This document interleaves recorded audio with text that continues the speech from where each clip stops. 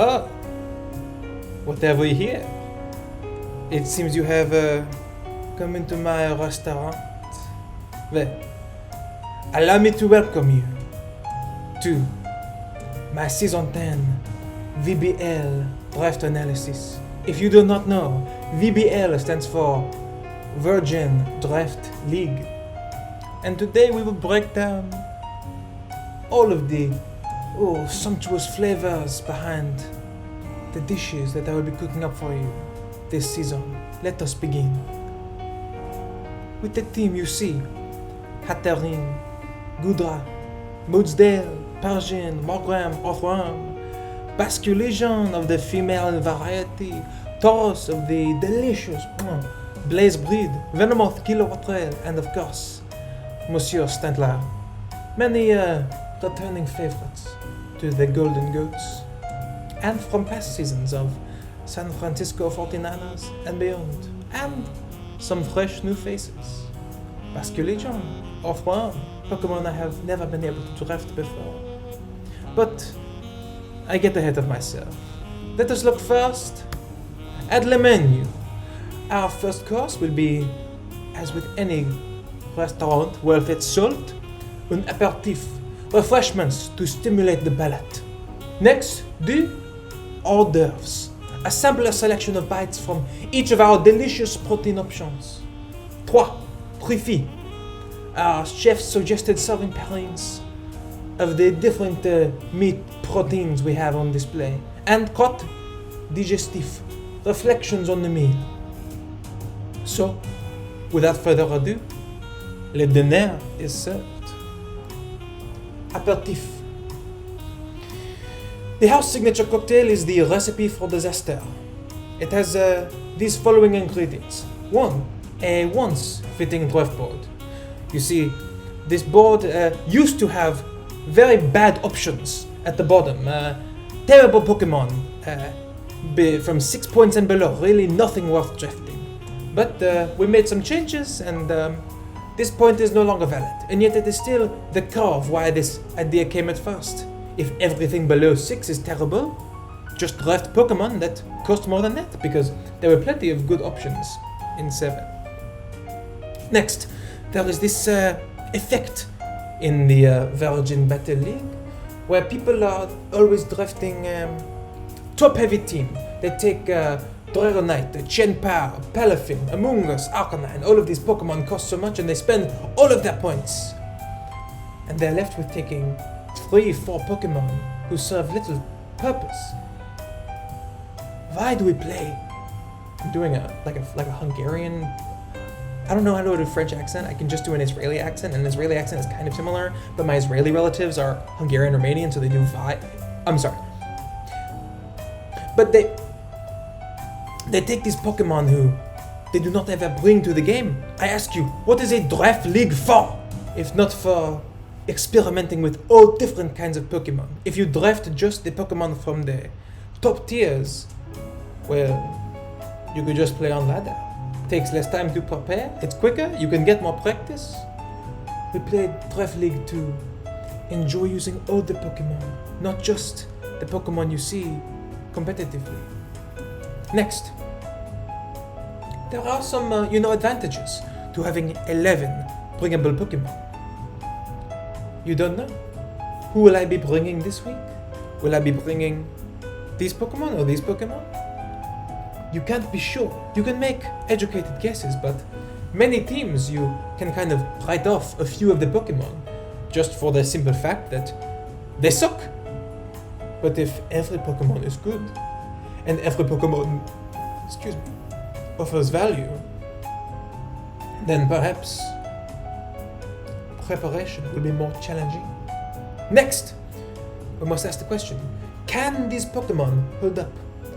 There is a interesting, perplexing idea in VGC Draft League in particular. You can only bring 4 Pokemon to a game. So why do you have 7 more if you only need 4 per game? Well, you have a few different options, but realistically, unlike a singles Draft League or a 6v6 doubles, you don't even need 6 good Pokemon on your team. You only need 4 good Pokemon. And you can play the whole season like this. At the same time, how much better are these top tiers? Preparation is the great equalizer.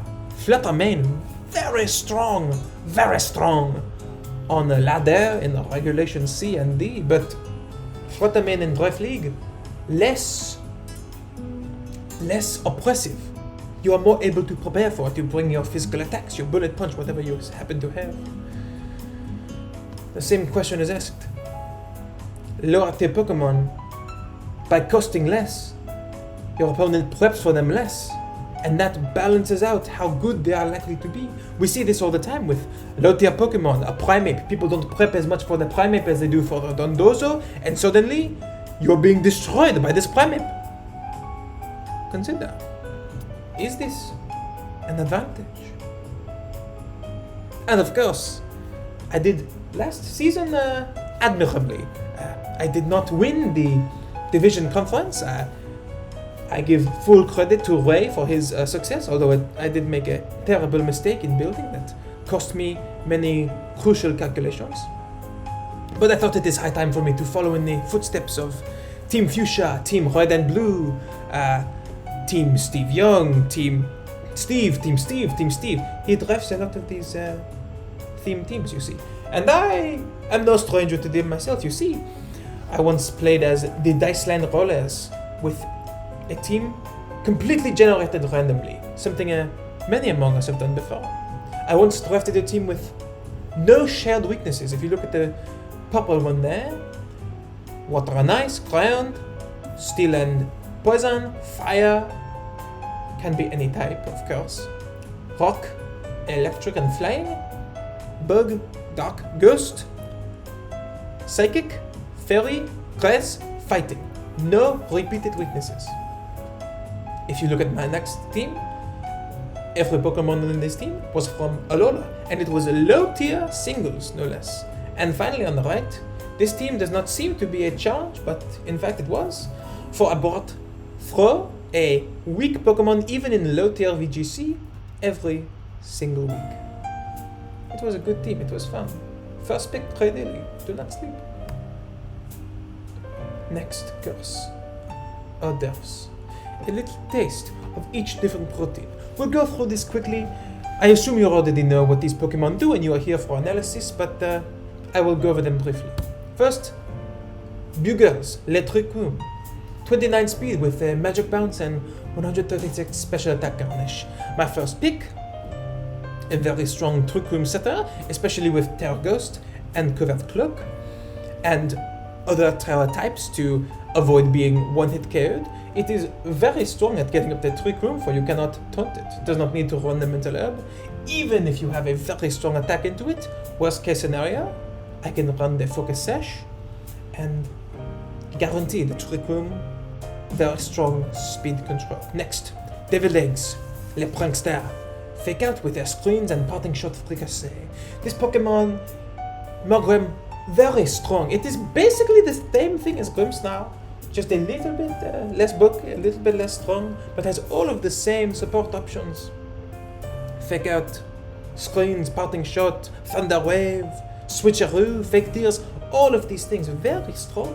Good both in Trick Room and in Tailwind, and next to a regular old Pokemon. Good value pick.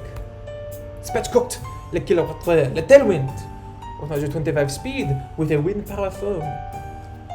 Sits there, sets Tailwind, boosts up its electric type moves with a one-time charge and special defense boost, and unleashes powerful discharges, electro balls, and thunderbolts. It's a Tailwind setter. Does not do much else, but moderately strong and quite fast, especially if you are not facing a Pokemon using booster energy. Gummiworm, Le Poisson du Body. Iron Defense and Earth Eater Carpaccio, 145 defense, please. I know there are French people in the server, I just remembered that. I'm so sorry. This accent is so... Okay, I'm sorry, okay. The worm, it is a physical tank, it is an endgame Pokemon, sets up the Iron Defense to attack the opponents. big winner here, a Pokemon that is near and dear to my heart. I've used it much on the ladder, I've always wanted to use it in Draft League, and I finally have the opportunity.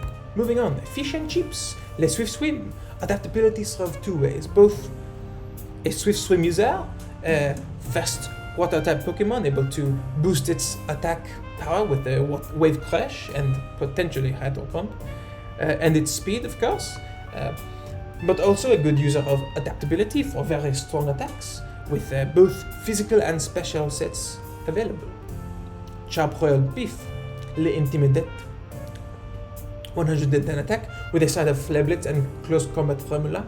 This Pokemon does indeed have its uses as a damage reducer with the Intimidate and its Will-O-Wisp, but it is largely useful simply for its strong attack power. Chocolate Gert, Le Fekert, 115 speed with a Dusting of Snarl and Icy Wind. A strong support Pokemon, very frail, but it has all of the tools needed to take advantage of its Fekert turns and support its partners in attacking the opponents. Venison, Le Doucième, Trick Room and Intimidate Infusion. This Pokemon may seem a little bit, redundant, for it has the same Trick Room move as Hatterene and the same Intimidate move as the Tauros, but rest assured it brings more to the table, and furthermore, Hatterene is weak to Ghost, Stantler is weak to Fighting, but if you bring a Fighting move to counter my Trick Room setter, then I bring Hatterene instead, and you are hitting no damage at all. They cover each other well. In addition, people talk a lot about Intimidate as an ability you have. If you have two, you can switch back and forth and get an Intimidate off every single turn. The cycle, you understand. It is a strong combination, and this Pokemon does indeed offer a lot to the team. Oh no, oh no. Oh no. There we go. Little secret messages you may or may not have seen in the broadcast. Next, Escargot, Le Tank, 150 special defense reduction. A very strong Pokemon with an incredible move pool. Strong in terms of taking hits. Attack damage is okay. Strong Draco Meteor perhaps. But to complement our Earthworm from before, Mr. Gummy Worm, Escargot, takes all of the special attacking hits, and there's a very bulky dragon that can fit on the stage for a long time. Fugu, Le Redirector, Tailwind in a Shield Dust Bear Blanc with the Quiver-Dance Chiffonade. It clicks Rage Powder, it clicks Sleep Powder, it potentially can set up Tailwind or Quiver Dance. Truly it is a poison type to take on the fairies if my Earthworm is running perhaps a set of Iron Defense, Body Press, Shed Tail, and Protect, and I don't have room for Heavy Slam. I need something to be able to attack the fairy types. There you are. And finally, Les Pièces de Résistance, Glue. Oh, nothing more delicious than a little glue on the palate. 125 attack, a stamina wafer, and a horsepower salad on the side. It is a strong attacker, very slow within the Trick Room. It does a lot of damage, and crucially, it is one of very few value Pokemon who has a single target ground type move. There we have Landorus Therian with the Stomping Tantrum, which is very strong, and Garchomp with the Stomping Tantrum as well, and not quite as strong. Landorus with the Earth Power and the Headlong Rush on the Great Tusk. But many ground types, they do not have the ability to hit on a single target and must hit their partner. To me, this Mudsdale is very important with its high horsepower technique. Moving right along to our next course, the Pruifi. First of all, the Trick Room combination. Oh yes, this is one of our distinguished tasting options. You have two different Trick Room setters, the Hatterene and the Stantler, both of which being weak to the Steel type, and Hatterene being weak to the Poison type. Mudsdale comes in at a very low speed and is able to defeat both of these options. very good synergy there. Mudsdale can also potentially use Earthquake next to Earthworm, who is also a relatively slow Pokemon, who can take advantage of the Earth Eater ability, as well as use Curse to lower its speed and increase its attack. Morgrem as well deserves a mention on this version of the team, for Fake Out allows Pokemon to get up Trick Room easier. It can use all sorts of powerful moves and techniques. While the Trick Room is up for it, has the Prankster ability that lets it go first. But moving along to Tailwind. These are, excusez-moi, all of the Pokemon I could see being used in Tailwind. We have two different setters in Venomoth and Kilowatt Rail. Venomoth, Morgrem, and Persian being the Pokemon that can enable the Kilowatt Rail to get up the Tailwind, perhaps. We have a Basculegion and Gudra and Tauros, all of which are mid-speed Pokemon who are taking good advantage of the Tailwind, of course, putting out lots of damage. I can put Adamant Nature on them, or Modest on Gudra perhaps, and still outspeed things with the power of the Tailwind and potentially get knockouts if I have the right coverage, perhaps. Persian, of course, deserves a mention for being able to click Icy Wind as well, to further increase my speed once the Tailwind is going up. The Worm itself. It's a mode in and of itself. We have ourselves 4 different Pokemon with ground-type spread moves: Mudsdale, Gudra, Stantler, and Tauros, all of which get Earthquake, and a few of them get Bulldoze as well for speed control. All of these Pokemon can set up next to the Worm and allow it to heal itself, while it itself boosts its defensive properties, creating an unkillable monster, and allowing me to do damage with the Earthquake as well. A special mention must be given to little Devil Eggs, who is sitting underneath the plate. He's able to offer a parting shot and a light screen to boost the Worm defenses as well. Special defense, which is much lower than its astronomical physical defense. Another option we have is the Disquake. We only have the one ground type next to Kilowatt Rail. These two do not go so well together, Kilowatt Rail being very fast, Mudsdale being very slow. It means Mudsdale will always be going last, or Kilowatt Rail, even worse, will be going last. But Kilowatt Rail can also sit next to the Tauros and the Gudra, who can Terra into the ground type and defeat some of their answers, perhaps. The ground type being able to beat potentially defensive poison types for the Tauros, of course, and being able to beat steel types for the Gudra, very important. Of course, another secret Disquake technology is the Earthworm. It can be part of this team that is just clicking Discharge and Earthquake over and over again, and be another option if the Kilowatt Rail goes down to not attack my own Pokemon. Secret Rain, yes. Indeed, this team has a secret rain mode. The Basculegion, of course, has the rain technology, but we have Persian very fast to set the rain dance, to give Basculegion the appearance of 115 speed and even faster on future turns. Kilowatt Rail has the ability to use Weather Ball to attack its ground type opponents, as well as the Thunder move and the Hurricane to take full advantage of the rain. Gudra, of course, has the water type moves that get powered up in the rain, as well as the hydration ability. Gudra having Life 2 as its best healing move, but can supplement that with Rest, perhaps. Rest with hydration is a very strong ability. And consider as well the Worm. Mr. Earthworm is really only weak to fire type moves. You see, it could be considered to be weak to fighting moves as well, but fighting moves, they are almost always physical attacks coming from a Tauros like I have, or something of the sort, you know. It is really only Iron Valiant using the Aura Sphere technology, and I do not believe that Pokemon is even in my division. So Earthworm really is mostly useful for the fire type weaknesses, and those are covered by the rain. These are all of the Pokemon that I would consider to be crucial to the bulk of the team. You can see there's a lot of them. From left to right, we have Stantler, of course, with the Intimidate. We have Earthworm being extremely bulky. On the physical side, being able to set up the iron defense. We have Mudsdale being able to set up its own defenses with stamina and body press as well. Tauros, another Pokemon who can body press with a bulk up, but is more useful in this context for Intimidate and Will-O-Wisp. Morgrem, of course, the king of the control, who has the parting shot and the light screen and reflect, able to significantly boost the bulk and defenses of this team.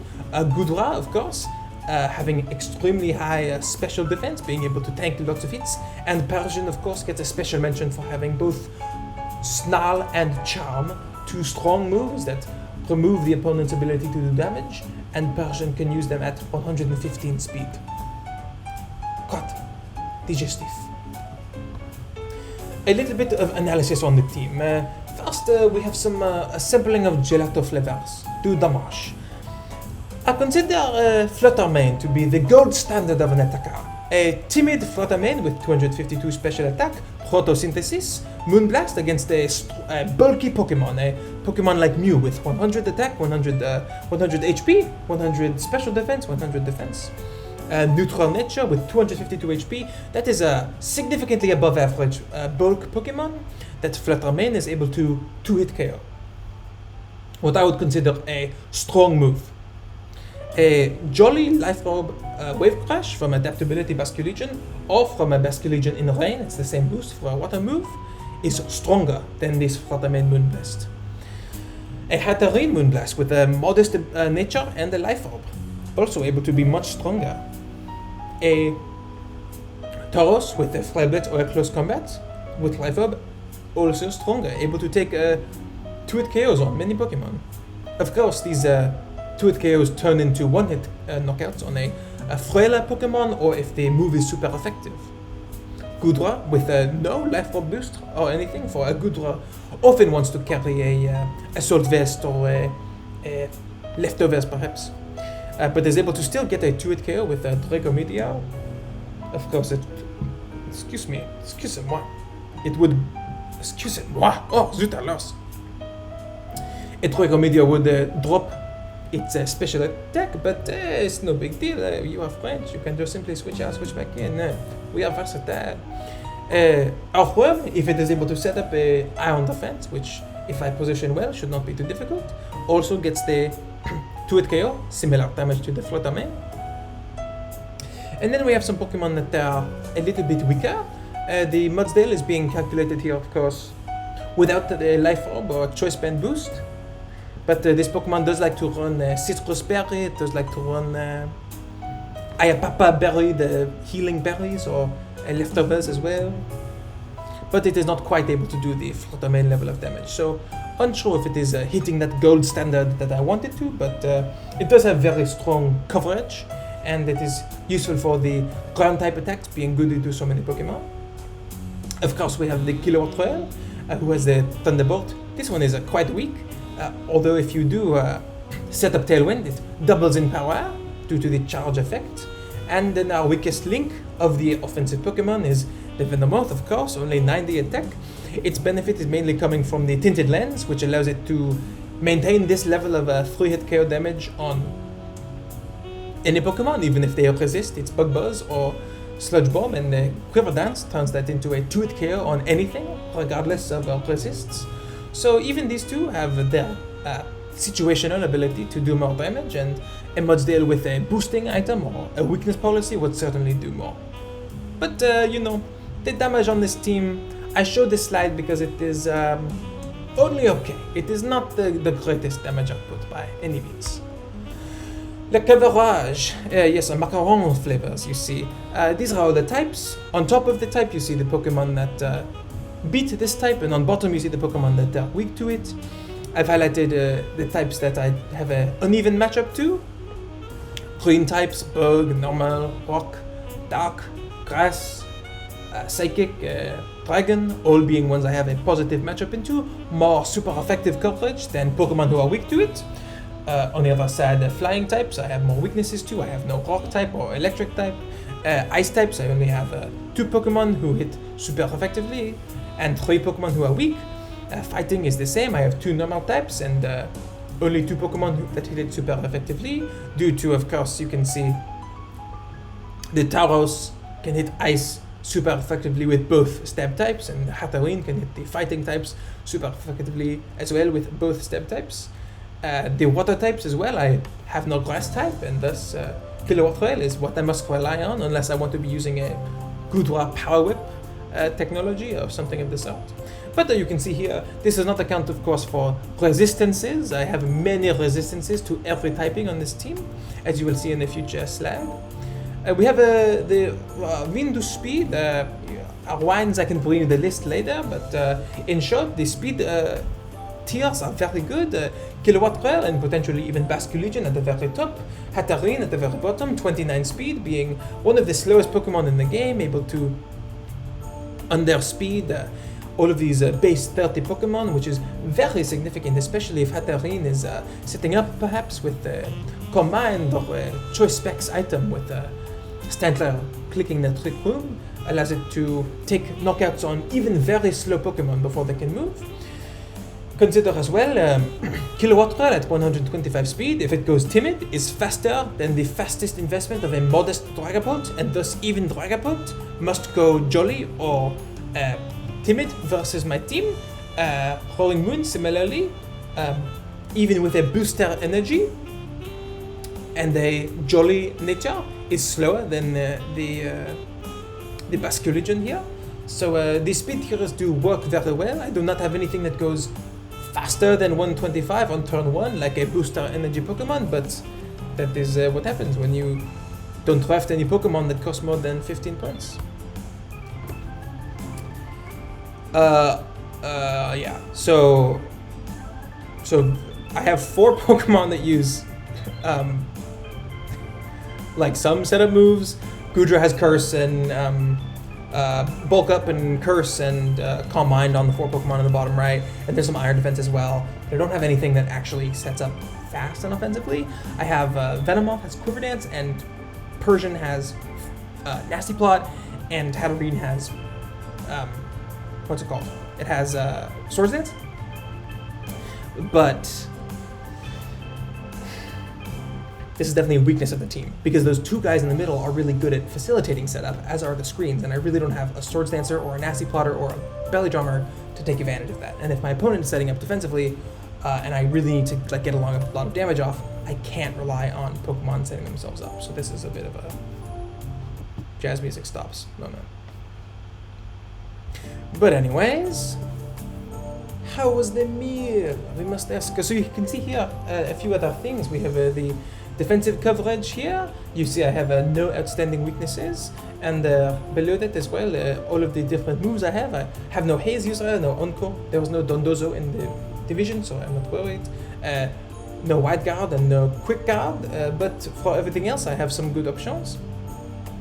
On the left, I have rated the star ranking of the team. I'm trying to be as objective as possible to give a good rating.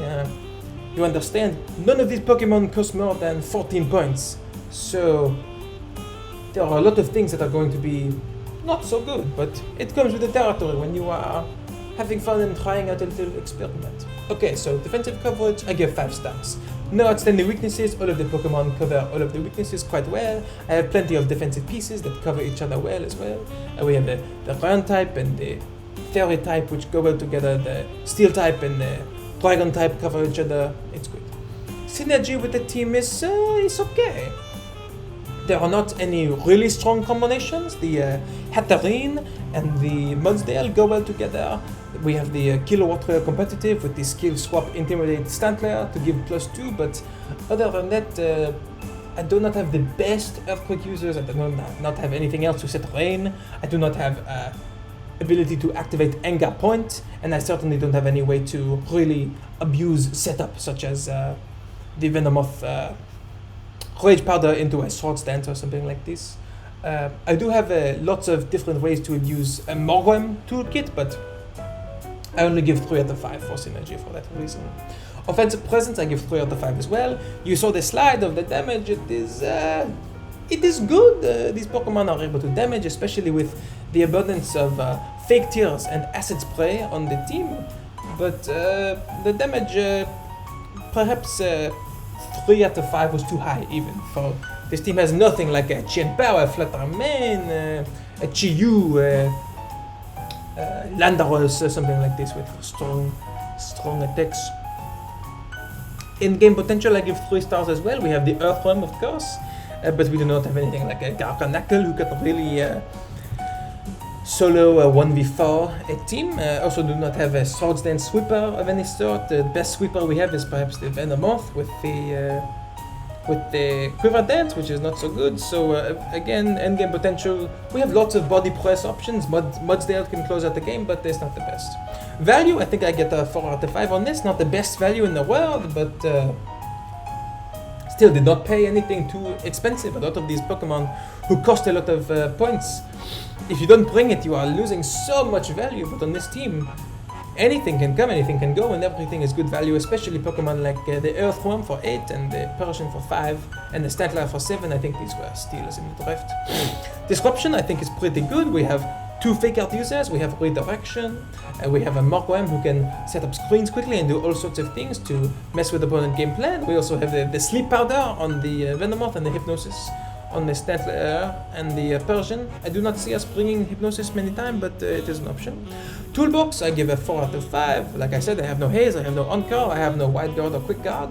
If not for those, I would say I have a great setup, although, you know, these Pokemon do have lots of options.